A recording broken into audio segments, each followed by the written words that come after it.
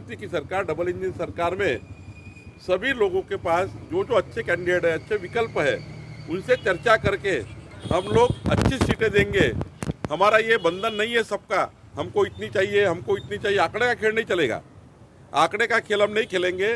उम्मीदवार का खेल, उम्मीदवार जो अच्छा रहेगा उनके आधार पर चुनाव लड़ेंगे। जरांगे पाटील म्हटले की 113 आमदार मराठवाडा, विदर्भ, पश्चिम महाराष्ट्रातले पाडणार नाही। जरांगे पाटलाचा आम्ही आदर करतो, पण ज्या दिवशी जरांगे पाटलांनी आपलं आंदोलन चालू केलं ते सामाजिक आंदोलन होतं।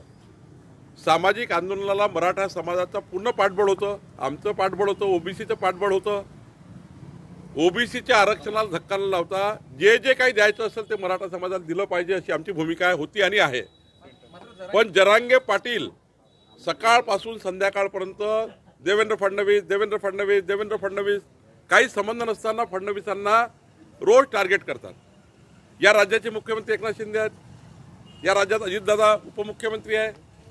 या शरद पवारांनी 40 वर्ष सरकार चालवली, त्यांचं नाव घेत नाही। खरं तर मराठा समाजावर जो जास्त अन्याय झाला तो शरद पवार साहेबांच्या काळात झाला। उद्धव ठाकरेच्या काळामध्ये मराठा आरक्षण केलं आणि मग त्यांना न बोलता कधी उद्धव ठाकरेचं नाव जरांगे घेत नाही, कधी शरद पवारचं नाव जरांगे घेत नाही, कधी अजितदादाचं नाही, कुणाचं नाही नाव घेत। पण मला असं वाटतं देवेंद्र फडणवीसांचं नाव घेऊन त्यांनी आपली जे मूळ सामाजिक आंदोलनाची भूमिका आहे त्यातून त्यांनी बदल केला आहे। सामाजिक आंदोलन सामाजिक असलं पाहिजे, त्यामुळे पॉलिटिकल इश्यू करू नये। जरांगे पाटील ज्या मराठा आरक्षणाकरता लढतायत ते सामाजिक आंदोलन आहे, महाराष्ट्रात त्यांना समर्थन आहे। पण या पद्धतीने ते पॉलिटिकल बोलायला लागले आहेत। 113 पाडू, याला पाडू, गिरीश महाजनला पाडू, याला पाडू, त्याला पाडू। मला वाटतं आता ते राजकीय होत चाललं आहे। सामाजिक आंदोलन की राजकीय आंदोलन हा मात्र आता स्मेल यायला लागला आहे, तो आता बघावा लागेल। निवडणुकांसोबत माझी दुश्मनी नाही, मात्र ते आरक्षणासंदर्भात त्यांच्या आमदारांना बोलू देत नाही असा आरोप त्यांनी केला। असं आहे, आमचे देवेंद्र फडणवीसजी यांनी मराठा आरक्षणाकरता काय काय केलं पाहिजे सर्व मराठा समाजाचे आमदार, ओबीसीचे आमदार सर्वांच्या बैठका घेऊन मराठा समाजाला कसा न्याय देता येईल याकरता पूर्ण ओबीसी मराठ्याचं पाठबळ हे माननीय देवेंद्रजींनी मराठा आरक्षणाकरता उभं केलं। आणि त्यानंतरही तुम्ही माननीय देवेंद्रजींना आरोपी करतायत, ज्या देवेंद्रजींनी सर्व आमदारांना कन्व्हिन्स केलं, ओबीसी आमदारांनी मराठा आमदारांना, की मराठा आरक्षण मिळालं पाहिजे, असं असं दिलं पाहिजे आणि मराठा समाजाकरता हे केलं पाहिजे।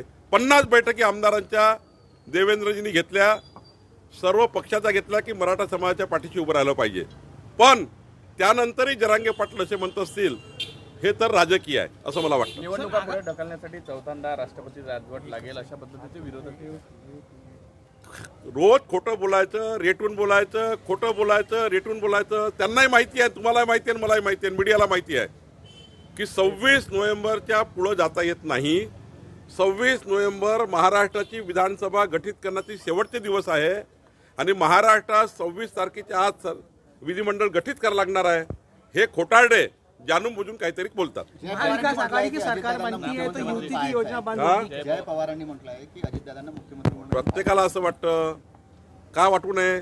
अजितदादाच्या कार्यकर्त्याला का वाटू नये ते मुख्यमंत्री झाले पाहिजे, भाजपच्या कार्यकर्त्याला का वाटू नये देवेंद्रजी मुख्यमंत्री झाले पाहिजे, एकनाथ शिंदेजीला का वाटू नये एकनाथ शिंदेजी मुख्यमंत्री झाले पाहिजे, सर्वांना वाटतं।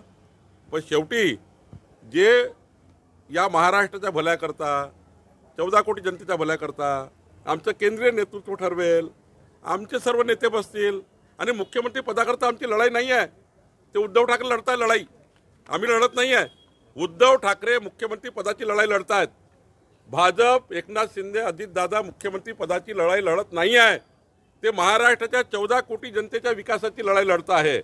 आणि त्यामुळं पुढचा काळ असाच असणार आहे, महाविकास आघाडीमध्ये मुख्यमंत्री पदाची लढाई होणार आहे आणि महायुतीमध्ये विकासाकरता काम होणार है। महाविकास आघाड़ी की सरकार बनती है तो युति की जितनी भी योजना है वो बंद हो जाएगी ऐसा? 100%।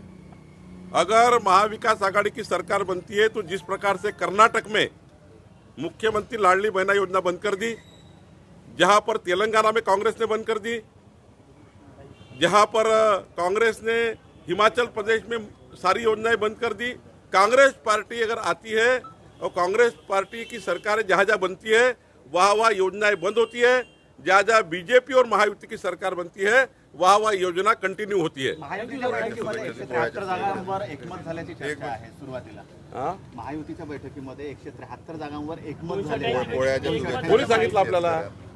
चर्चा आहे. नाही, काही चर्चा नाही अशी. आम्ही सांगितलं की ज्या ठिकाणी ज्यांचे उमेदवार स्ट्रॉंग आहे किंवा ज्यांच्याकडे उमेदवार आहे तिथे आम्ही सर्व एक पाऊल मागे येऊ असं बोलणं झालं.